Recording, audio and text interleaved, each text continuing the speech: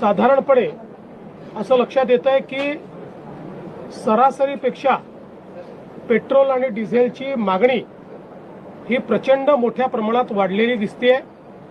त्याचीही आपूर्ती आपण करतो, पण कुठेतरी याच्यात साठेबाजी होते आहे असे निदर्शनास येत आहे। त्या संदर्भात पुरवठा विभाग आणि गृह विभाग हे जॉईंटली आता कारवाई करतील।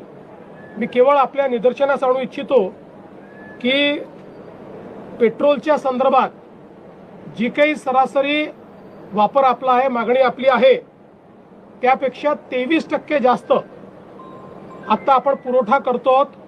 23% मागणी वाढलेली आहे आणि डिझेलच्या संदर्भात तर ही मागणी 52% वाढलेली आहे। 52% जास्ती पुरवठा आपण करतो।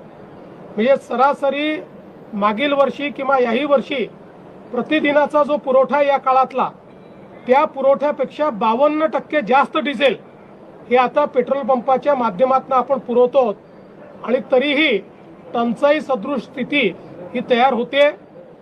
त्यामुळे अगदी उदाहरण द्यायचं झालं तर अकोल्यामध्ये 154% जास्त खपत झालेली आहे, किंवा छत्रपती संभाजीनगर, बीड, भंडारा, बुलढाणा, चंद्रपूर, बुलढाणा, त्यानंतर गोंदिया, हिंगोली या सगळ्या भागांमध्ये 70% पेक्षा जास्त ॲडिशनल खपत ही त्या ठिकाणी झालेली आहे, ज्याचा पुरवठा हा आपण केलेला आहे।